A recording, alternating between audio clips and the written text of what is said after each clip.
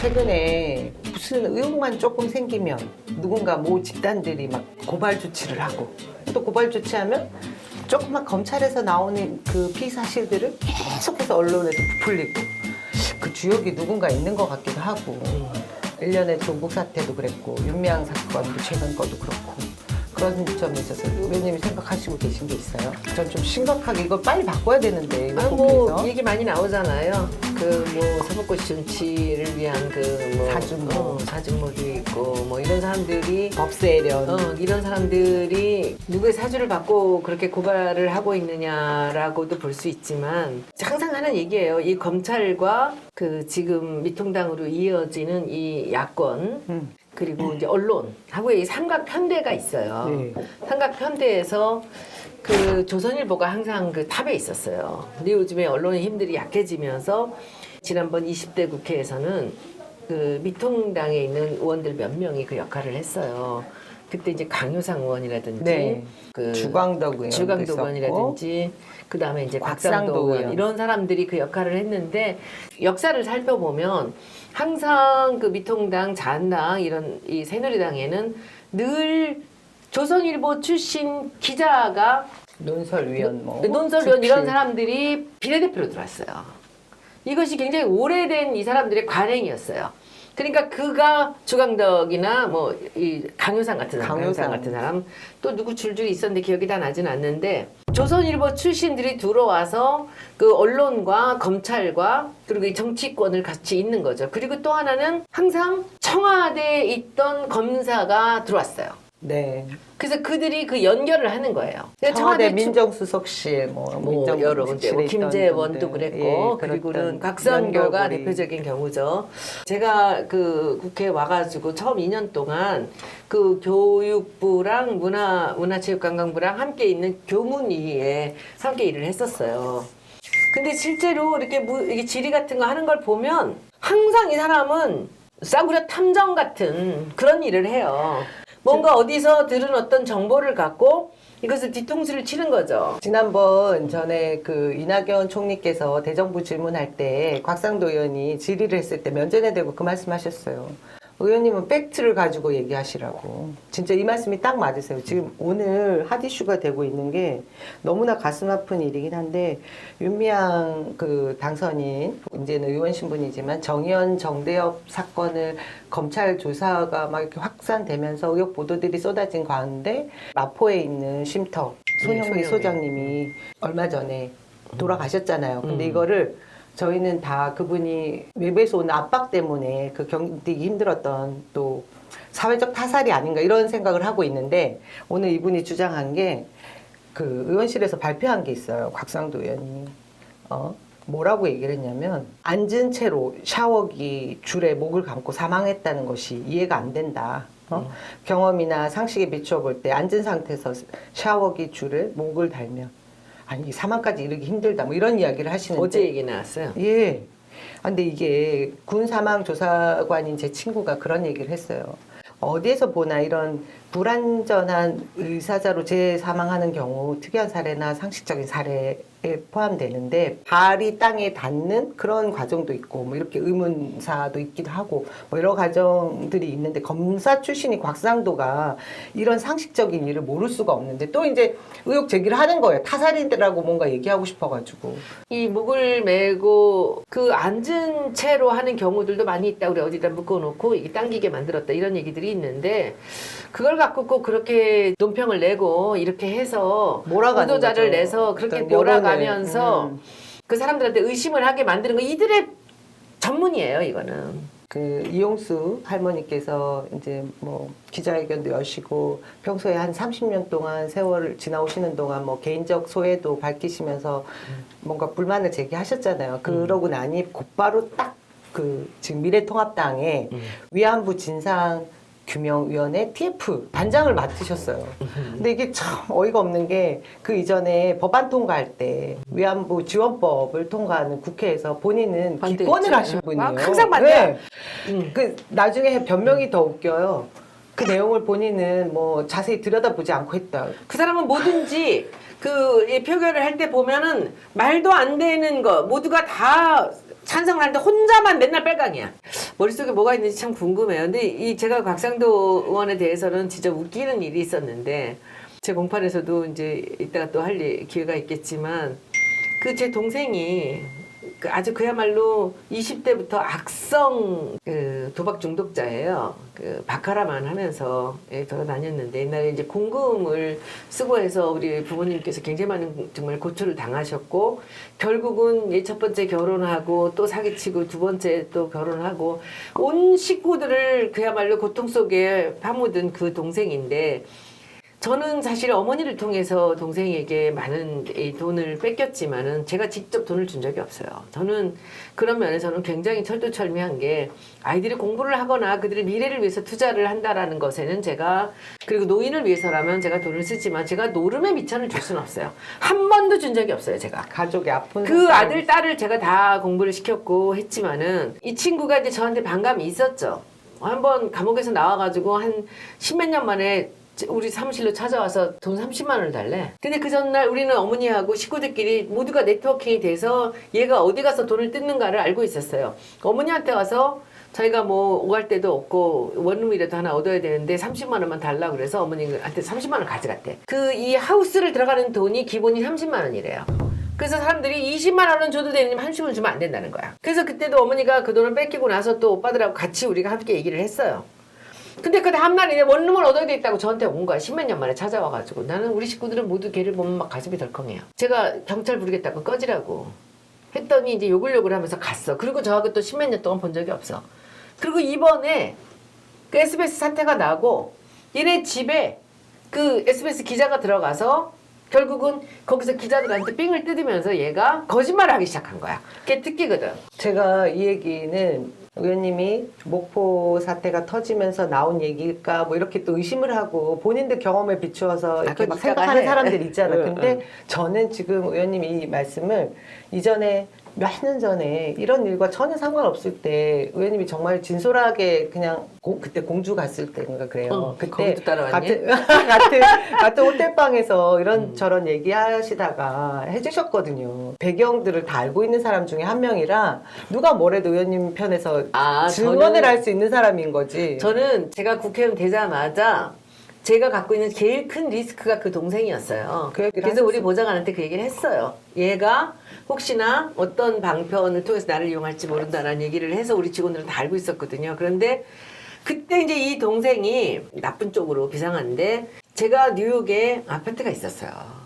그래서 우리 직원들이 있기 전에 내가 가서 거기 있었는데, 내가 있다가 한 달 있다가 오면서 얘 딸, 제가 공부를 시키고 시집까지 간 그 딸이 있는데, 그 제 남동생의 딸을 뉴욕으로 유학을 보냈어, 내가. 그러니까. 그래서 얘가 거기 살았어, 우리 직원하고 같이 둘이.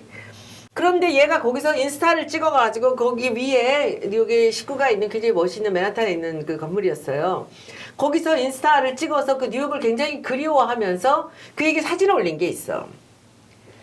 그 사진을 얘가 올린 걸 지 딸이니까 밟고 볼 거 아니에요. 만나진 못해요. 딸이 안 봅니다, 아버지를. 근데 그걸 보고 얘가 뭐라고 생각하냐면, 내가 갖고 있는 그 지 딸이 가서 살았던 뉴욕 맨하탄에 집이 있는데, 이게 스쿨 오브 비주얼 아트에서 얼마 멀리 떨어져 있지 않은데 문재인 대통령의 아들이 스쿨 오브 비주얼 아트를 다녔으니 얘가 여기서 살았을 것이다라고 생각을 한 거야, 혼자. 곽상도 의원 얘기죠? 아니지.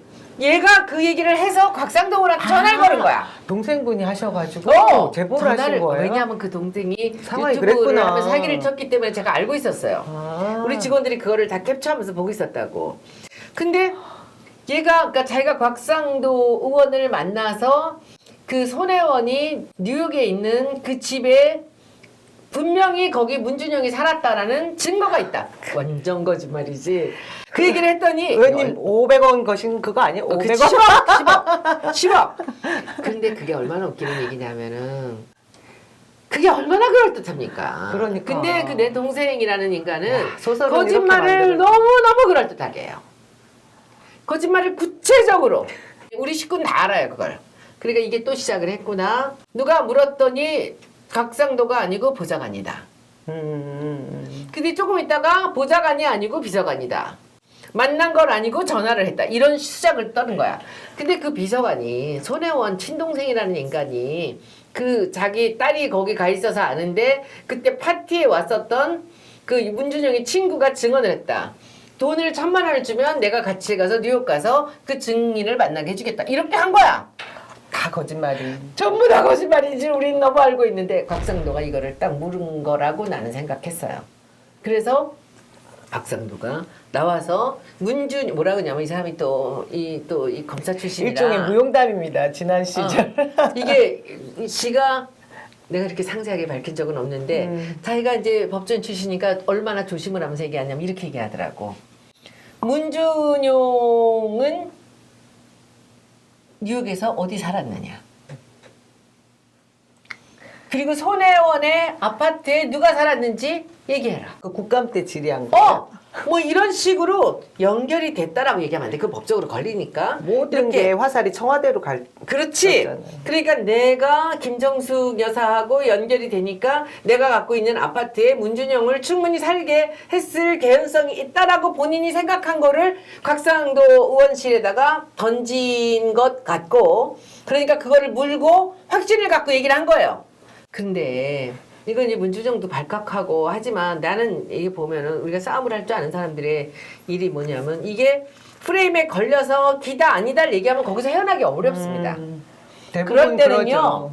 그냥 더 큰 프레임에 마포자락으로 머리를 확 엎어버려야 돼. 그래서 그 프레임을 그냥 깨야 돼. 그래서 제가 근데 대부분의 사람이 쫄아요. 제가 지난주도 얘기했을 때 쫄지 마 이게 잘 안 돼. 쫀 건 뭔지 알아?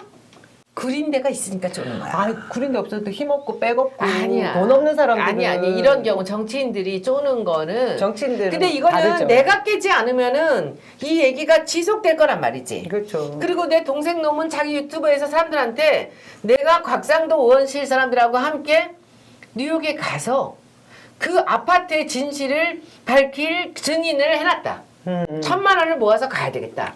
그래서 그 1,000만 원을 사람들이 끝없이 돈을 줘가지고 거기서 2,920만 원을 어떤 할머니를 등쳐갖고 그걸로 기소돼서 도망가서 못 들어오고 있어 지금 필리핀 갔다가 그 돈을 들고 가서 그러니까 그 돈을 모았는데 얘는 미국 비자도 없어요. 네. 도박을 해서 돈을 모으기 위해서 사기를 치기 때문에 사기 전과로 적어도 3번 이상을 감옥살이를 한 적이 있기 때문에 그 미국에서 비자를 내주지 않는 사람이에요. 근데 지가 미국을 간다라고 하면서 그 돈을 갖고 바로 필리핀을 뛰어가지고 돈을 날린 거야. 바카라 해서. 그리고는 이 코로나 때문에 못 들어오고 있어. 그리고 들어오면 바로 체포돼요.